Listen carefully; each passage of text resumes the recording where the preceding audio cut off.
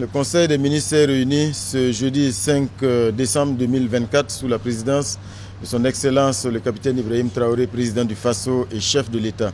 Le Conseil a examiné plusieurs rapports importants en lien avec la marche de la transition. Et c'est ainsi que pour le compte du ministère de l'économie et des finances, le Conseil a examiné et adopté deux rapports. Il s'agit de l'avant-projet de loi portant réglementation de la profession de conseil fiscal au Burkina Faso, mais également du projet de décret portant procédure de passation, d'exécution et de règlement des marchés publics. Et sur ces deux rapports, j'invite ici mon collègue le ministre Nakanabo pour plus de détails. Le Conseil a adopté un rapport portant réglementation de la profession de conseil fiscal. Il s'agit bien d'un avant-projet de loi. Et l'objectif de cet avant-projet de loi, c'est de travailler à faire en sorte que la profession de conseil fiscal soit réglementée.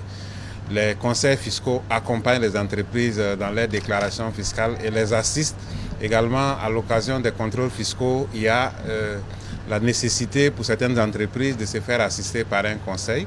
Et il est important qu'au regard de l'importance de la tâche exécutée par les conseils fiscaux, qu'il puisse y avoir une réglementation. Et c'est dans ce sens que cet avant-projet de loi a été proposé. Cela va permettre de réglementer la profession de conseil fiscal et faire en sorte que ceux qui sont des conseils fiscaux aussi aient des obligations vis-à-vis de l'administration et que l'administration puisse avoir un droit de regard, un droit de contrôle. C'est pour cela que l'administration va nommer un commissaire du gouvernement auprès de l'ordre qui va s'assurer que les textes sont respectés et également qui va s'assurer que les délibérations qui sont faites lors des différentes instances sont en conformité avec les textes. Mais il est important de noter que le conseil fiscal, quand il est dans l'ordre, il est régi par la loi et bien sûr la loi prévoit aussi des sanctions pour des conseils fiscaux qui auront des manquements.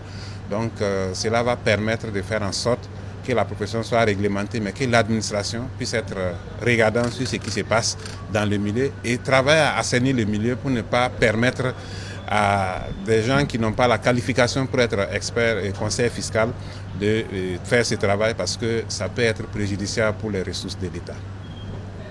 Le deuxième rapport porte sur les procédures de passation des marchés publics. Il faut dire qu'il s'agit d'un texte d'application de la loi portant réglementation de la commande publique qui a été adoptée à l'Assemblée nationale. Dans ce texte, plusieurs innovations ont été apportées, des innovations qui doivent permettre essentiellement aux jeunes entreprises d'avoir beaucoup plus de possibilités en termes de marchés publics. Également aux entreprises nationales de pouvoir avoir des possibilités de postuler à des marchés publics et bien sûr de pouvoir évoluer dans leur domaine. Et on peut noter que pour les jeunes entreprises, jusqu'à des marchés d'un montant inférieur ou égal à 300 millions, il n'y a plus d'exigence d'avoir des marchés similaires. Donc ce qui va permettre aux jeunes entreprises de pouvoir postuler. Et deuxième élément, il est courant qu'une entreprise individuelle, par exemple, devienne une société. Et ce qui se passe dans la réalité, c'est que quand l'entreprise individuelle devient une société, elle n'arrive pas, selon le texte actuel, à bénéficier des expériences de sa forme antérieure.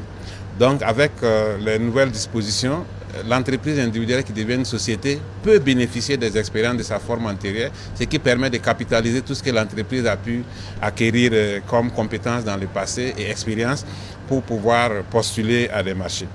Il a également été prévu que pour les pénalités sur le marché public, lorsque le montant des pénalités atteint 5%, et le montant est plafonné pour ne pas dépasser les 5%, parce que effectivement les pénalités sont dues pour des cas de retard d'exécution, mais si le montant de la pénalité est exagéré, ça peut être difficile pour les entreprises. Donc le président a donné des instructions fermes pour qu'on puisse accompagner les entreprises dans ces moments difficiles et ces accompagnements ressortent clairement dans ces textes qui va permettre de faire en sorte que les entreprises, notamment les plus jeunes, puissent vraiment s'en sortir. Nous avons également prévu que pour des marchés publics obtenus par des entreprises étrangères, qu'il y ait l'obligation qu'elles s'associent à des entreprises locales en groupement pour permettre à ces entreprises aussi d'acquérir de l'expérience, de monter en puissance et bien sûr de pouvoir aussi s'en sortir sur les marchés. Donc autant d'innovations qui vont permettre de renforcer le tissu économique du Burkina et de donner du souffle à nos entreprises et bien sûr leur permettre de contribuer au développement économique et social du pays.